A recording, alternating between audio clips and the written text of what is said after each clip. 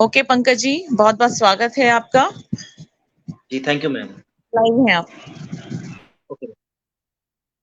भारतीय विज्ञान संचारक समूह के प्रधान एवं संस्थापक आदरणीय श्री अनिल कुमार त्रिपाठी जी, भारतीय विज्ञान संचारक समूह के सभी सदस्यगण व फेसबुक लाइव के माध्यम से हमारे साथ जुड़ने वाले सभी ऑनलाइन यूजर्स का मैं science communicator RJ Pankaj Sharma हृदय की गहराइयों से स्वागत करता हूं।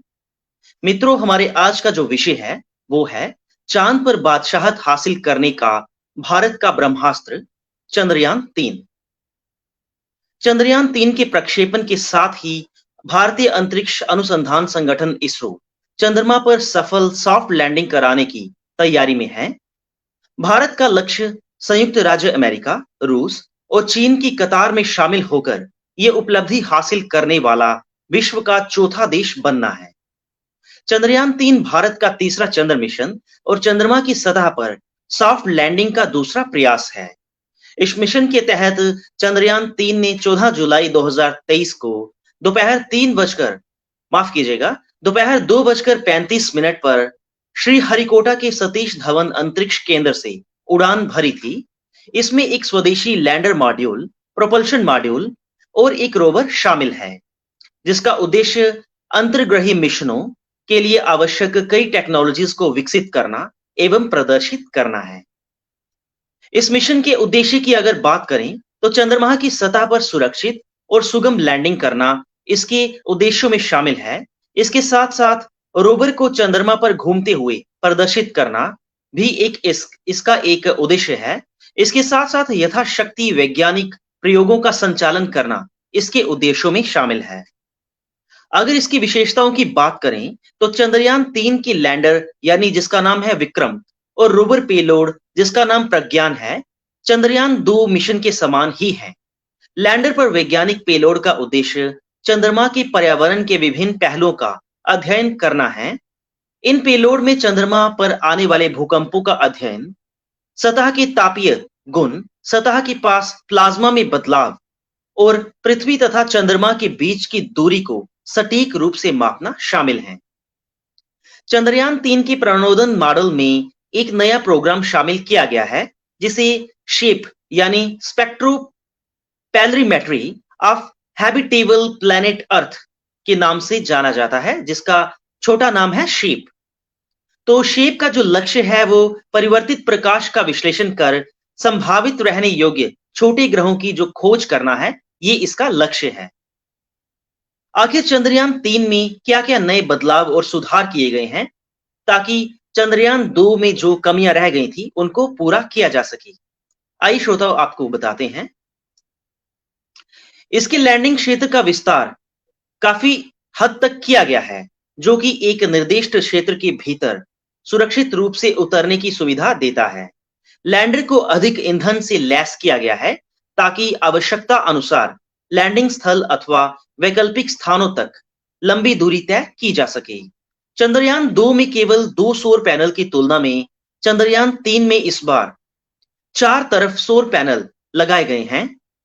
चंद्रयान 2 ऑर्बिटर से प्राप्त उच्च रेजोल्यूशन छवियों का उपयोग लैंडिंग स्थान निर्धारित करने के लिए किया जाता है और साथ ही स्थिरता तथा मजबूती बढ़ाने के लिए इसमें कुछ नए संशोधन किए गए हैं। लैंडर की गति की निरंतर निगरानी करने और आवश्यक सुधार के लिए चंद्रयान 3 में अतिरिक्त नेविगेशनल एवं मार्गदर्शन उपकरण मौजूद हैं। इसमें लेजर डॉपर वेलोसीमीटर नामक एक उपकरण को शामिल किया गया है, जो लैंडर की गति का माप करने के लिए चंद्रमा की सतह पर लेजर बीम उत्सर्जित करेगा यानी कि छोड़ेगा। तो प्रक्षेपण और समय रेखा की अगर बात करें तो चंद्रयान 3 को लॉन्च करने के लिए LBM-3 मार्क 4 लॉन्चर का सफलतापूर्वक उपयोग किया गया था। LBM-3 की उड़ान भरने में लगभग 16 मिनट बाद अंतरिक्ष यान रॉकेट से अलग हो गया था। ये एक अंडाकार पार्किंग कक्षा यानी EPO में प्रवेश कर गया था। चंद्रयान 3 की यात्रा में लगभग 42 दिन लगने का अनुमान है और ये माना जा रहा है कि 23 अगस्त या 24 अगस्त 2023 तक इसको चंद्रमा पर लैंडिंग निर्धारित की गई है। लैंडर और रोवर का मिशन लाइफ एक चंद्र दिवस यानी प्रकृति यानी पृथ्वी के लगभग 14 दिन का होगा, क्योंकि वे सौर ऊर्जा पर कार्य करते हैं। वहीं दक्षिणी ध्रुवीय के समीप चंद्रमा की लैंडिंग का महत्व बहुत ही ज्यादा है। ऐतिहासिक रूप से चंद्रमा के लिए अंतरिक्ष यान मिशनों ने मुख्य रूप से भूमध्य रेखीय क्षेत्र को उसके अनुकूल भूखंड और परिचालन स्थितियों के कारण लक्षित किया है। हालांकि चंद्रमा का दक्षिणी ध्रुव भूमध्य रेखीय क्षेत्र की तुलना में काफी अलग और अधिक चुनौतीय भूभाग है। कुछ ध्रुवीय क्षेत्रों में प्रकाश का सूर्य का जो दुर्लभ प्रकाश है वह भी मौजूद है, जिसके परिणाम स्वरूप उन क्षेत्रों में हमेशा अंधेरा रहता है और वहां तापमान -230 डिग्री सेल्सियस तक पहुंच जाता है। तो कहने का तात्पर्य ये है कि सूर्य का प्रकाश दुर्लभ होने के कारण यहाँ का तापमान काफी ठंडा है, जो कि -250 डिग्री तक पहुंच जाता है। सूर्य के प्रकाश की कमी के साथ अत्यधिक ठंड उपकरणों के संचालन एवं स्थिरता के लिए भी कई तरह की कठिनाइयां उत्पन्न करती हैं, जिससे ये मिशन और भी जटिल हो जाता है और इसके सामने जो जो चुनौतियां आती हैं उनको पार करना एक मुश्किल कार्य बन जाता है। चंद्रमा का दक्षिणी ध्रुव अत्यधिक विपरीत स्थितियां प्रदान करता है, जो मनुष्यों के लिए चुनौतियां उत्पन्न तो करता ही है, लेकिन ये उन्हें प्रारंभिक सौर मंडल के बारे में बहुमूल्य जानकारी का संभावित भंडार बनाता है। इस क्षेत्र का पता लगाना महत्वपूर्ण है, जो भविष्य में गहरे अंतरिक्ष अन्वेषण को प्रभावित कर सकता है। वही चंद्रयान 3 का अभियान न केवल भारत के लिए बल्कि पूरी दुनिया के लिए और वैज्ञानिक समुदाय के लिए बहुत ही महत्वपूर्ण है। लैंडर चांद की उस सतह पर जाएगा जिसके बारे में अब तक कोई भी जानकारी मौजूद नहीं है। लिहाजा इस अभियान से हमारी धरती की एकमात्र प्राकृतिक उपग्रह चांद के विषय में जानकारी और बढ़िया तरीके से मिल पाएगी। इससे न केवल चांद के बारे में बल्कि अन्य ग्रहों के विषय में भी भविष्य के अंतरिक्ष अनुसंधान की क्षमता विकसित हो पाएगी। भारत ने अपना पहला चंद्र अभियान चंद्रयान 1 वर्ष 2008 में प्रक्षेपित किया था।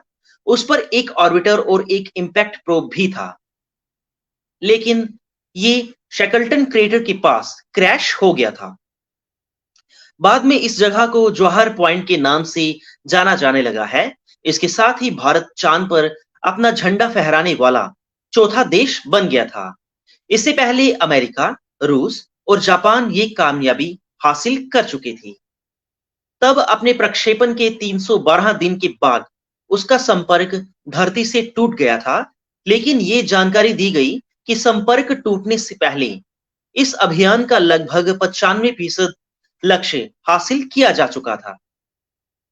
हालांकि तब मिली मिश्रित सफलता भारत के अंतरिक्ष कार्यक्रम में एक बहुत बड़ा कदम था।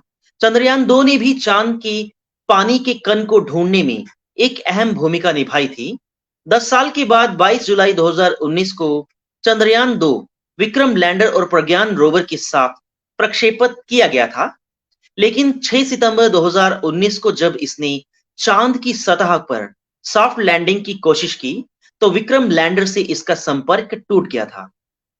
3 महीने बाद नासा के उपग्रह ने इसके मलबे के बारे में जानकारी दी और ढूंढकर इसकी तस्वीरें जारी की थी।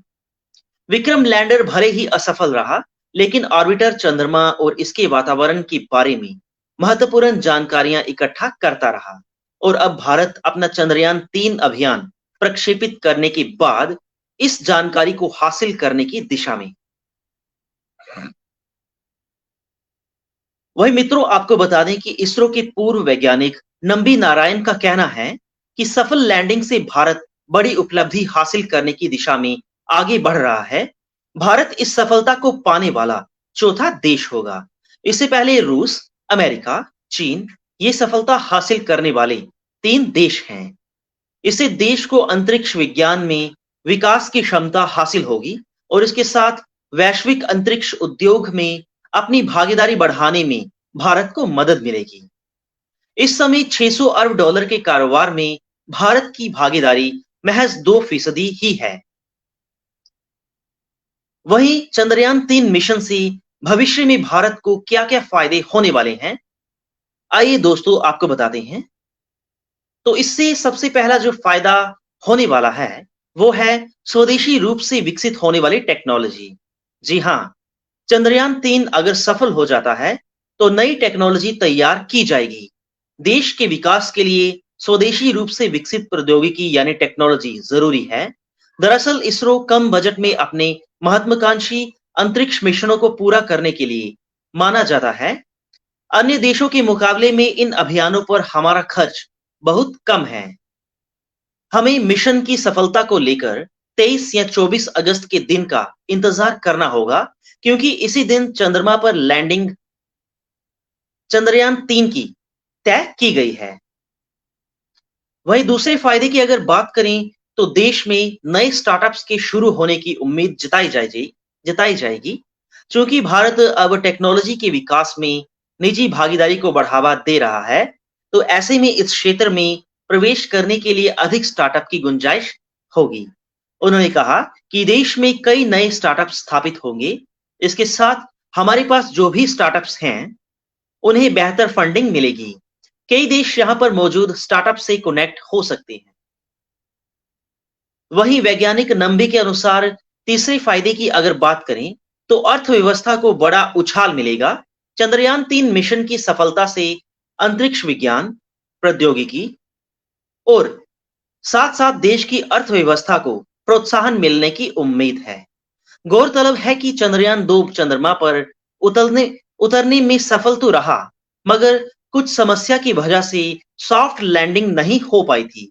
इसरो के पूर्व वैज्ञानिक के अनुसार इन 4 सालों पर हर पहलू पर काम किया गया है और इस बार सॉफ्ट लैंडिंग की पूरी उम्मीदें जगाई जा रही हैं और मानी जा रही हैं। तो इस तरह से भारत अंतरिक्ष की दुनिया में अपना नाम मना सकता है और अपना लोहा मनवा सकता है।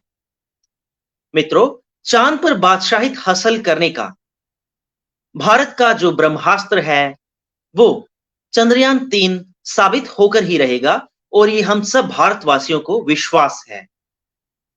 अब इंतजार है 23 अगस्त या फिर 24 अगस्त का, जिसे निर्धारित किया गया है, जब चंद्रयान-3 मिशन चांद पर सॉफ्ट लैंडिंग करने वाला है। वाकई में इस दिशा में भारत दुनिया में पहला देश बनने वाला है, जबकि भारत इस क्षेत्र से जो भी जानकारियां जुटाएगा, वो पूरी दुनिया के लिए नई जानकारी होंगी। तो इस तरह भारत इस मिशन की सफलता के साथ चांद पर बादशाहत हासिल करने का अपना जो ब्रह्मास्त्र है, यानी चंद्रयान-3, उसके इस्तेमाल से अंतरिक्ष क्षेत्र में अपना लोहा मनवा सकता है। तो दोस्तों, ये था हमारा आज का विषय, चांद पर बादशाहत हासिल करने का भारत का ब्रह्मास्त्र चंद्रयान-3, जिससे जुड़ी महत्वपूर्ण जानकारी हमने आपके साथ साझा की फेसबुक लाइव के इस ब्रॉडकास्ट के साथ। तो इस विषय पर मैंने आपको जानकारी दी आरजे पंकज शर्मा ने। मैं एक साइंस कम्युनिकेटर हूं और एक बार इस विषय को समाप्त करने पर पुनः मैं भारतीय विज्ञान संचारक समूह के प्रधान एवं सचिव माननीय श्री अनिल कुमार त्रिपाठी जी को हृदय की गहराइयों से उनका शुक्रिया अदा करता हूं और फेसबुक लाइव के माध्यम से जुड़ने वाले सभी यूजर्स का भी हृदय की गहराइयों से शुक्रिया अदा करता हूं। Thank you very much. धन्यवाद।